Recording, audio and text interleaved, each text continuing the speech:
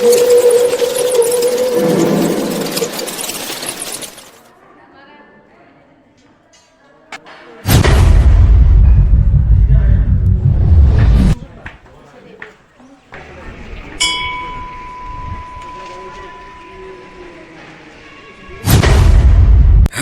বন্ধুরা, কেমন আছো তোমরা? সুদীপ নিউজ 7 চ্যানেলে সকলকে স্বাগত। আজকে আরো একটি ব্লগ ভিডিও নিয়ে হাজির হলাম। তো বন্ধুরা, আমরা সাত সকালে বেরিয়ে পড়লাম কোকরাঝাড় শহর থেকে ধুবড়ি রোড ধরে সোজা বগরিবাড়ির দিকে।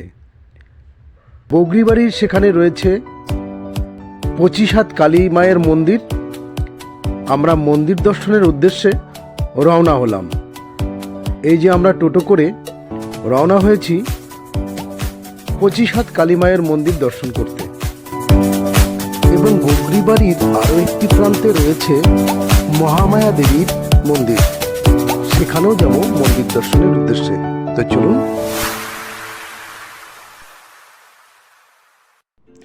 তো বন্ধুরা, আমরা চলে এলাম 25 হাত কালী মায়ের মন্দিরের সামনে। এই যে দেখতে পাচ্ছেন মন্দিরটি, এটি হলো 25 হাত কালী মায়ের মন্দির। আমরা হেঁটে হেঁটে মন্দিরে যাচ্ছি।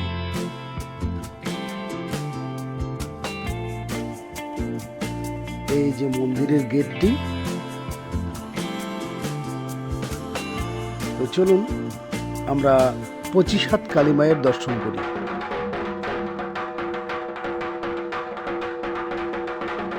ভেতরে, মন্দিরের ভেতরে পুজো অর্চনা চলছে।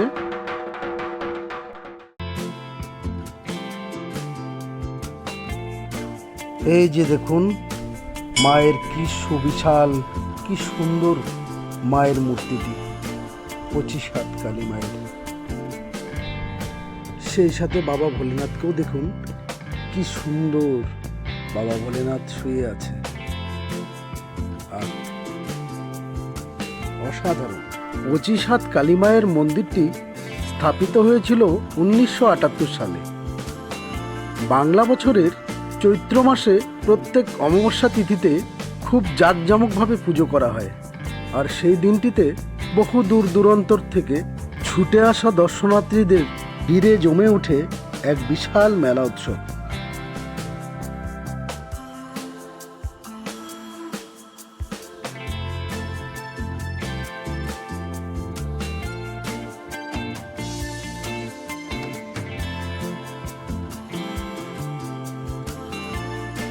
আর পাশে রয়েছেন মা মনসা দেবীর মন্দির, দেখুন। আর এখানেই রয়েছে দেবাদিদেব মহাদেবের প্রিয় বাহন নন্দীদেবের মূর্তি।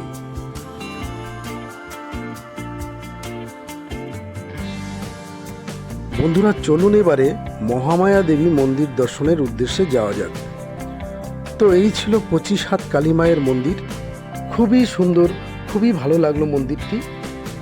আমরা এখন এখান থেকে বেরিয়ে মহামায়া মন্দিরে যাচ্ছি।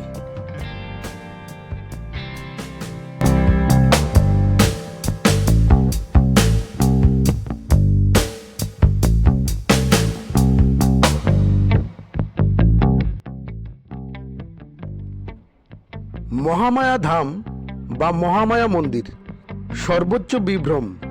বগরিবাড়ির মন্দির ধুবড়ি শহর থেকে প্রায় 30 কিমি পূর্বে এবং বিলাসীপাড়া শহর থেকে 10 কিমি পশ্চিমে। ভারতের নিম্ন আসামের হিন্দু তীর্থযাত্রীদের জন্য একটি সর্বশ্রেষ্ঠ শক্তিপীঠ হিসেবে বিবেচিত হয়। এটি কোকরাঝাড় জেলার পার্বত্য ঝোড়া মহকুমা অধীনে অবস্থিত। আকর্ষণের দিক থেকে এই মন্দিরটি তীর্থযাত্রী এবং পর্যটকদের কাছে গুয়াহাটির কামাখ্যা মন্দিরের পরে দ্বিতীয়। এটা বিশ্বাস করা হয় যে বিখ্যাত দেবী মহামায়ার ঐতিহ্যভাবে পার্বত্য জোয়ারের স্থায়ী লোকেরা যেমন কাছারি কোচ এবং নাথদের পূজা করত, এটি পার্বত্য জোয়ার জমিদারের ভূমিস্বামী প্রধান দেবতাও ছিলেন।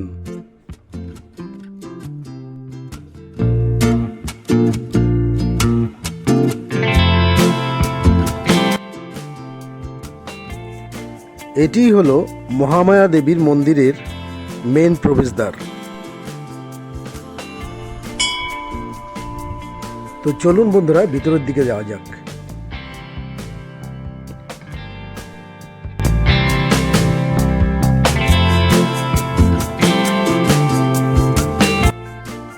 এই যে দেখুন দেবীর পূজা অর্চনা চলছে, ভক্তরা পুজো দিচ্ছে।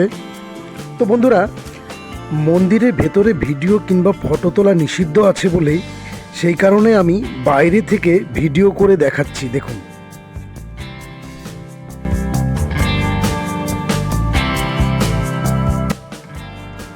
এটি হলো মন্দিরের বাইরের দিকটা। দেখুন কত দর্শনার্থীরা এসছে, বাইরে ঘোরাঘুরি করছে, কেউ পুজো দিচ্ছে।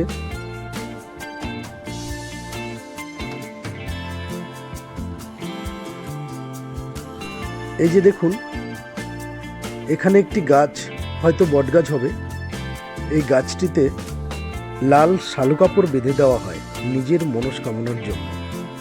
এই যে দেখুন গাছটিতে কত লাল কাপড় দিয়ে বাঁধা। বন্ধুরা চলুন এবারে আরও একটি মন্দিরের দর্শনে। এই যে সিঁড়ি পেরিয়ে এখন আমাদের পাহাড়ের উঁচু দিকে উঠতে হবে, সেখানে চলুন দর্শনে।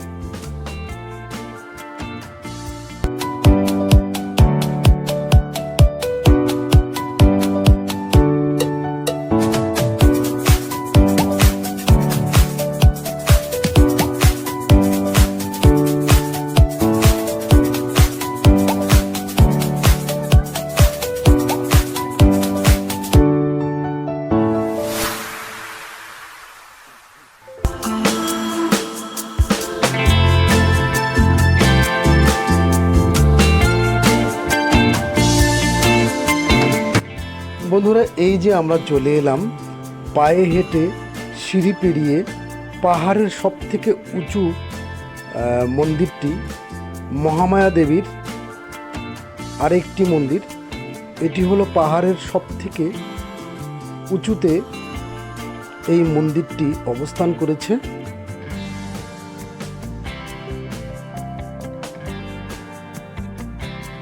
এই যে দেখুন, এই যে মন্দিরটি।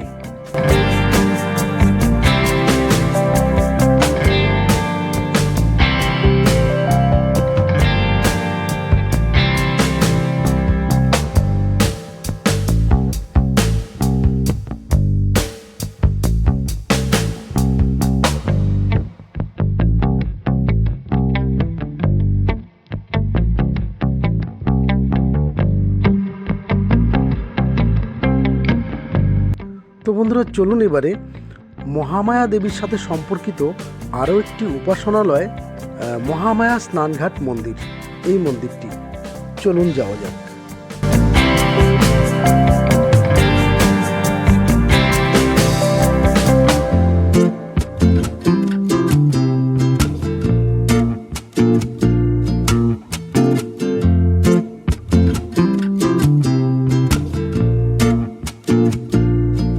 পরবর্তীকালে দেবী ব্যাপক গ্রহণযোগ্যতা লাভ করেন এবং এই দিনগুলিতে নিম্ন আসামের সমস্ত হিন্দুরা মা মহামায়ার উপাসনা করে।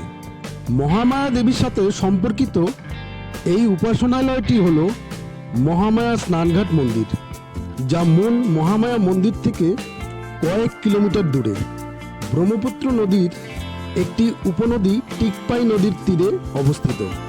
প্রাচীনকালে স্থানীয়দের বিশ্বাস অনুসারে এটি সেই স্থান যেখানে দেবী মহামায়া স্নান করতেন। সেই সময় থেকে স্থানটি মহামায়া স্নানঘাট নামে পরিচিত হয়। প্রতি বছর জানুয়ারি মাসে মন্দিরের পুরোহিতরা এখানে একটি শক্তিযজ্ঞ করেন।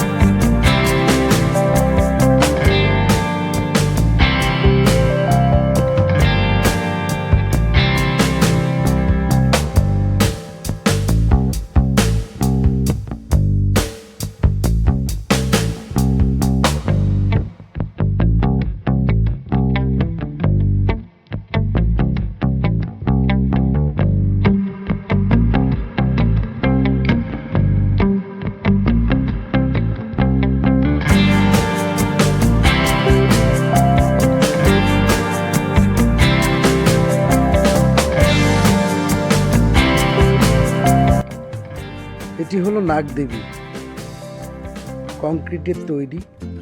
কি সুন্দর নাগদেবী। এই নাগদেবীর পেটে প্রবেশ করে যেতে হবে মা মনসা দেবীর মন্দির দর্শনে। তো চলুন আমরা এখন নাগদেবীর পেটে প্রবেশ করে নাগদেবীর পেটের ভিতর দিয়ে আমরা মা মনসা দেবীকে দর্শন করব। এই যে হলো মা মনসা দেবী। জয় মা মনসা দেবী। কি সুন্দর মূর্তিটি।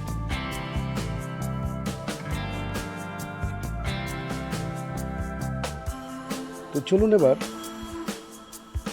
বাইরে বেরিয়ে আরও একটি মন্দির রয়েছে। মন্দিরটি হলো শ্রী শ্রী নবগ্রহ মন্দির।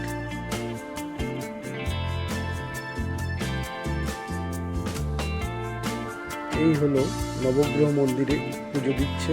দেখুন অনেক দর্শনার্থীরা দর্শন করছেন, পুজো দিচ্ছেন। তো চলুন এবার বেরিয়ে আরও একটি মন্দির রয়েছে, সেটি হলো কংক্রিটের তৈরি কচ্ছপের মূর্তি। এই যে কচ্ছপের মুখের ভেতরে প্রবেশ করে আমরা আরও একটি মন্দির দর্শন করব। এই যে চলে এলাম। দেখুন এখানে অনেক দেবদেবীদের স্থাপন করেছেন, দর্শন করুন।